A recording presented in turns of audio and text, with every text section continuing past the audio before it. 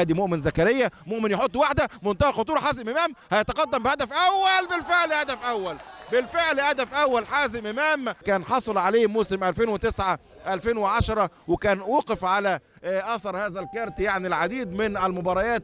النهارده يعني بيغير ذكرياته السيئه الى ذكريات جميله، ذكريات ايجابيه حازم امام، ويسجل في مرمى اتحاد الشرطه عشان يبدل او العالي يحط المعروف، يغمزها كويس معروف، منتهى الخطوره على طول خالد قمر والتصويبه، ومره ثانيه محمد محسن مش ممكن، وهدف التعادل.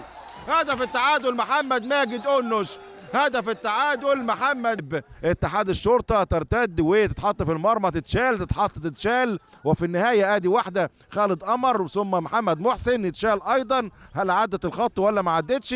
انما في النهايه محمد ماجد أنش البديل اللي دفع بيه على طول الكابتن خالد القماش، وبيحصل على كارت اصفر محمد ماجد طبعا بعد ما خلع الفانيلا بتاعته.